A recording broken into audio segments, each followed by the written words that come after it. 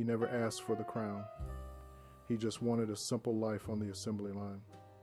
But his voice was too loud for a factory. It shook the walls. It demanded attention. Picture this. He is standing in the wings of a smoky club. The man on stage is a legend, but he has fallen apart. David Ruffin looks at him. His eyes are tired. He knows the end is coming. He whispers a secret. He tells the young singer to take his job. The world thought it was a betrayal, but it was a passing of the torch. Here is the deal. The Temptations needed a savior, and Dennis Edwards was ready to sing. Dennis Edwards started his life deep in the South. He was born on the 3rd of February 1943. The town was Fairfield, Alabama. It sat just 8 miles from the steel mills of Birmingham. His father was a reverend. The church was the center of their world. Sunday mornings smelled like old hymnals and floor wax. Dennis learned to sing in the pews. His voice was a gift from above. When Dennis was 10 years old, his father moved the family north. They landed in Detroit, Michigan. The Motor City was loud, it was fast, it was full of promise. Dennis kept singing. He directed his father's choir. He even joined a famous gospel group called the Mighty Clouds of Joy. His voice could shake the rafters. But here is the surprise. Dennis did not dream of gold records. He did not want his name in lights. He looked at the men in his neighborhood. They worked in the car factories. They had steady checks. They had simple lives. That is what Dennis wanted. He wanted to work on the assembly line. He just wanted to be normal. After high school, he joined the Army. He served his country. But when he came back to Detroit, the city had a new rhythm. Berry Gordy and Motown Records were taking over the world. Everyone wanted to be a star. Dennis felt torn. His father said pop music was sinful. It was the devil's music. But Dennis saw his idol, Sam Cooke, switch from gospel to soul. He saw his friends making money. He made a choice. He formed a band called Dennis Edwards and the Fireballs. He played in small, smoky clubs. The lights were dim. The crowds were tough. But a producer heard him one night. He brought Dennis to Motown. Berry Gordy loved the voice, but he was too busy with other stars. So Berry made a deal. He put Dennis on a retainer. He paid him about $300 a week just to wait. Dennis sat on the sidelines for 2 years. He filled in when other singers got sick. He was a secret weapon with nothing to shoot. Then a lead singer for the Contours fell ill. They were opening for the Temptations. Dennis stepped in.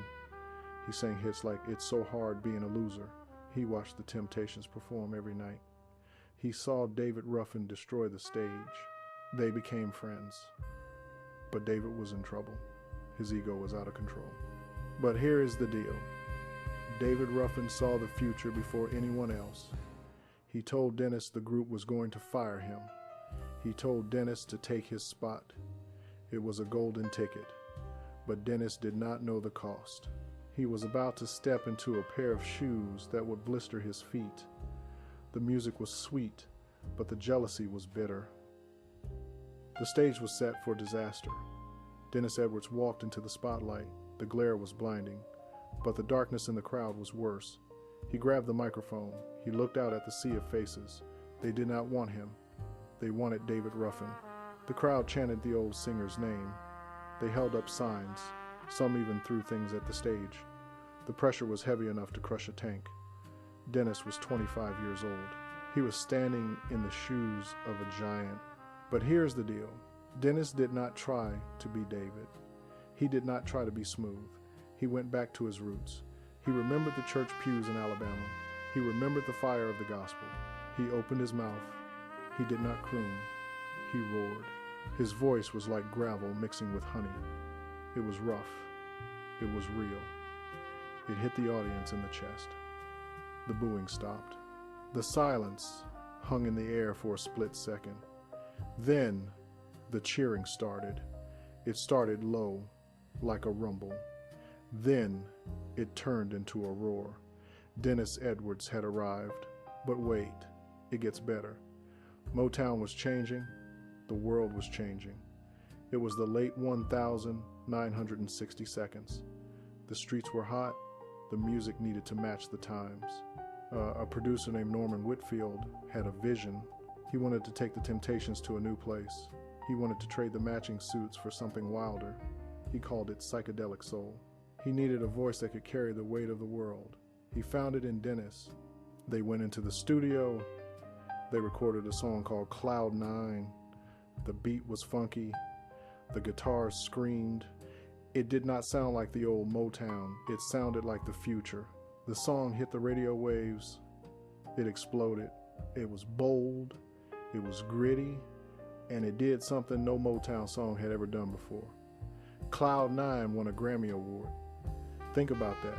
Diana Ross had not done it. The Supremes had not done it. Smokey Robinson had not done it.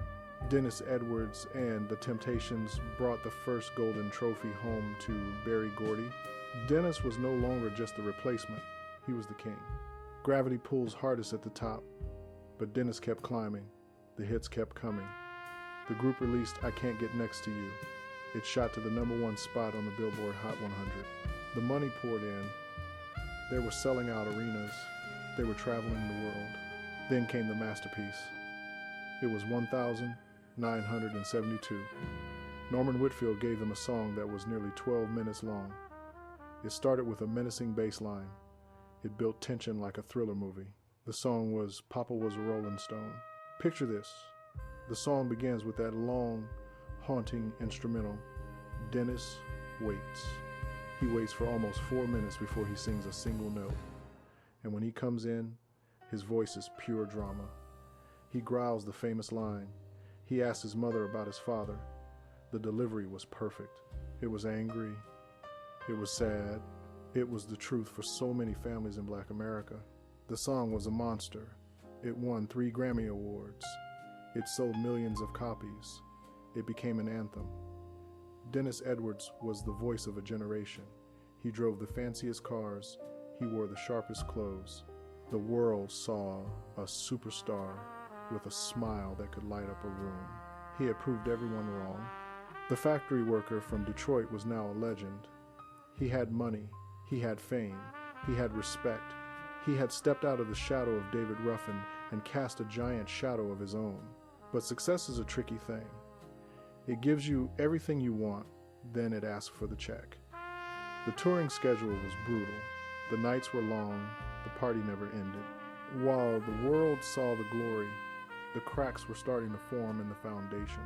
The music was loud, but the silence in his own heart was getting louder. The view from the top of the mountain is beautiful, but the air is thin. You cannot breathe up there forever. Dennis Edwards was living a dream. He was the voice of the Temptations. He had the Grammys on his shelf. He had the cash in his pocket. But in the music business, a handshake is often just a prelude to a shove. The brotherhood was cracking. It started small. A side eye during a rehearsal. A cold shoulder on the tour bus. The laughter stopped. The argument started. Otis Williams was the leader of the group. He was the general. Dennis Edwards was the star. And in the history of rock and soul, the general and the star rarely get along for long. Here's the deal. It was 1977. The music world was changing again. Disco was taking over the radio. The Temptations felt like they were losing their crown. The group wanted to leave Motown Records. They felt Berry Gordy was not paying them enough attention.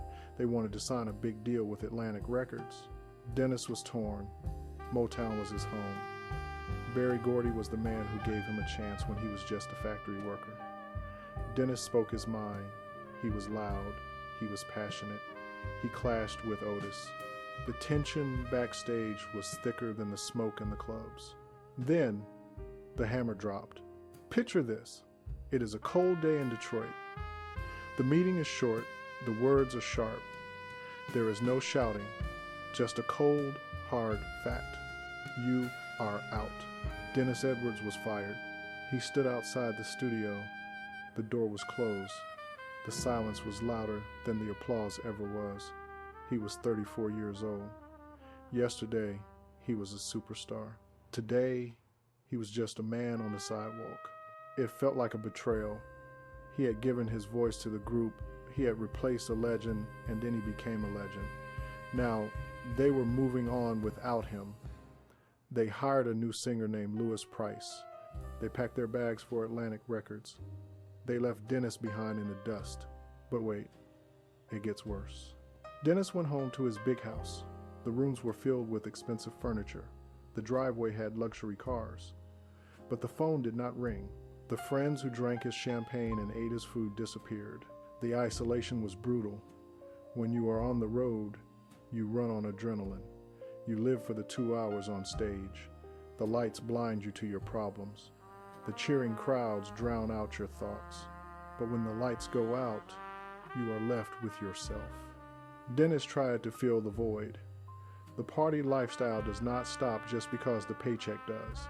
The nights were long. The habits he picked up on the road followed him home. He sat in his mansion, surrounded by golden trophies, feeling like a failure. He watched from the sidelines as the Temptations released their new album. He watched them try to be stars without him. He saw them struggle. The magic was gone. The fans missed the grit. They missed the growl. They missed Dennis. But that did not fix the hole in his chest. He was a singer without a song. He was a king without a kingdom. The music industry is cruel. It loves you when you are hot. It forgets you the second you get cold. Gravity pulls hardest when you are alone. Dennis looked in the mirror. The face staring back was tired. The smile was gone. He realized that fame was rented, not owned. The lease was up, and the landlord had kicked him out. He had to make a choice. He could let the silence swallow him whole, or he could find a way to make noise again. But for now, the house was quiet, and the silence was heavy enough to crush a man. The newspapers printed bold headlines. They said the Temptations were ready for a new chapter. The articles claimed the move to Atlantic Records was a fresh start. They hyped up the new singer, Louis Price. The media promised a smoother, sweeter sound. But the streets told a different story. Fans bought the records. They dropped the needle on the vinyl. They waited for the magic, but the speakers only played polite music. The grit was gone. The raw power that shook the floorboards was missing. The polish was there, but the fire was out. Here's the deal. You can replace a man, but you cannot replace a feeling. The public realized the truth quickly. The critics who once called Dennis a troublemaker now missed his voice. The radio station stopped playing the new songs. Instead, they spun Papa Was a Rolling Stone and Cloud 9. The world is fickle. It loves a shiny new toy until it realizes the old one worked better. The Temptations looked like stars on the album covers, but on the radio, they sounded like shadows. The fans did not want smooth. They wanted the thunder. And without Dennis Edwards, the storm had passed. Dennis Edwards left this world on the 1st of February 2018, but true legends never really leave. They live on in the music. He was not just a replacement. He was the heartbeat of an era. When you hear that famous growl on Papa Was a Rolling Stone, you hear a man who gave his soul to the microphone. He took his pain and turned it into power. He proved that a factory worker from Alabama could become a king. Some stories end without closure, but dignity doesn't need applause. Which Dennis Edwards song brings back the best memories for you? Share your story in the comments below.